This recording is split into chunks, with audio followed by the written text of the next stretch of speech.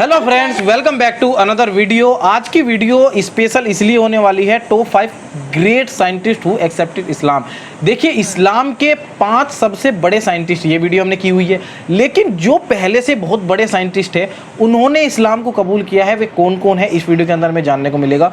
बहुत ही स्पेशल और हिस्टोरिकल और नॉलेजेबल वीडियो होने वाली है। आप लोग कंप्लीट देखना। लास्ट में हम आपसे बातें करेंगे कि कौन से साइंटिस्ट है जो हम जानते हैं पहले से, या कौन से साइंटिस्ट सबसे खास है जिन्होंने इस्लाम को समझ के उनसे प्यार किया, इस्लाम से अल्लाह से प्यार किया और उसको कबूल किया। फिलहाल हम वीडियो को स्टार्ट करते हैं। ये है दुनिया के वो 5 बड़े वैज्ञानिक जिन्होंने कुरान से प्रभावित होकर इस्लाम कबूल कर लिया।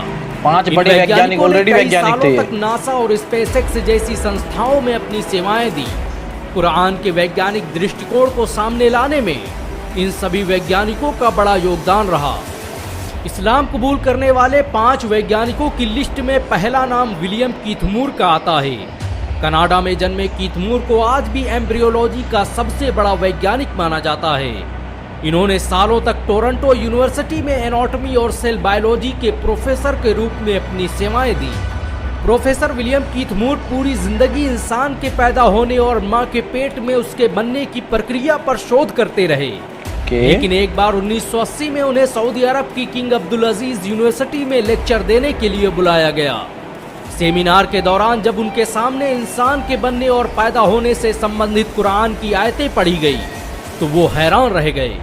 उन्हें यकीन नहीं हो रहा था कि इंसानों के पैदा होने और बनने के जिस तरीके को वैज्ञानिक आज खोज पाए हैं उसे कुरान ने 1400 साल पहले ही बयान कर दिया था। सऊदी अरब से वापस आने के बाद कीथ मूर ने कई सालों तक कुरान का मुताला किया और फिर इस्लाम कबूल कर लिया। उन्होंने अपनी किताब द डेवलपिंग ह्यूमन में यहाँ तक कह दिया कि कुरान में भ्रूण विज्ञान के बारे में जो कुछ भी लिखा है उसे कोई इंसान नहीं लिख सकता। विलियम कीथ मूर ने विज्ञान के क्षेत्र में कई आविष्कार किए। सच में उनके योगदान को देखते हुए कनाडा, अमेरिका और इंग्लैंड की सरकारों द्वारा उन्हें कई अवार्ड से सम्मानित किया गया।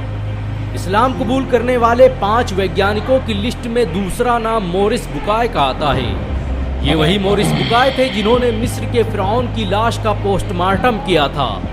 इन्हें आज भी फ्रांस के इतिहास का सबसे बड़ा सर्जन माना जाता है। इनकी लिखी किताबें आज अमेरिका और यूरोप की बड़ी बड़ी यूनिवर्सिटियों में पढ़ाई जाती हैं।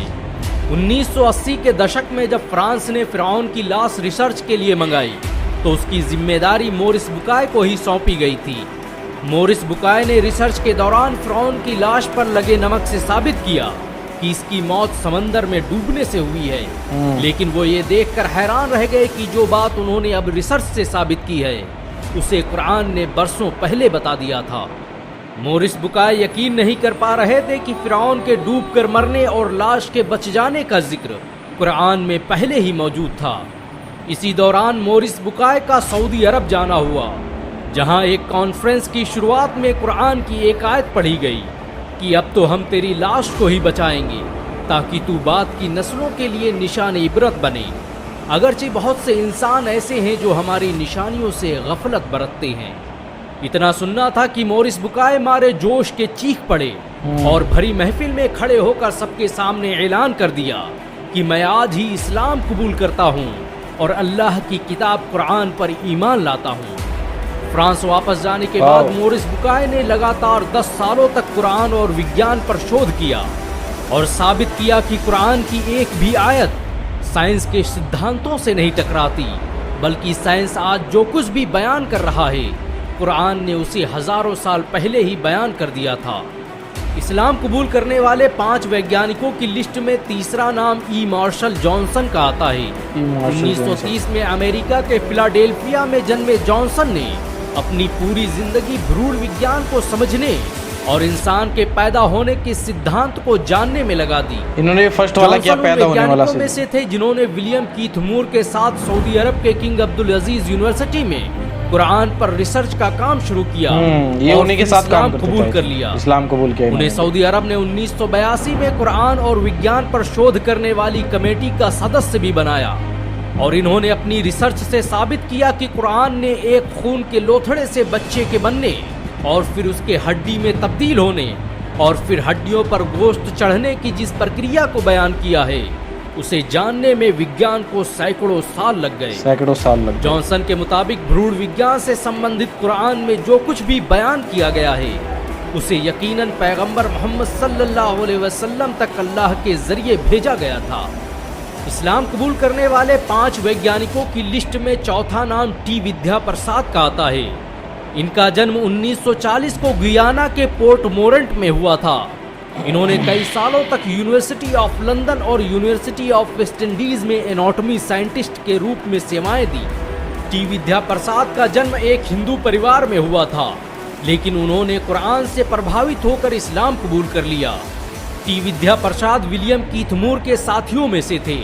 उन्होंने विलियम कीथ मूर की तरह ही भ्रूण विज्ञान पर बहुत से शोध किए और कुरान और एम्ब्रियोलॉजी पर 25 से अधिक किताबें लिखी।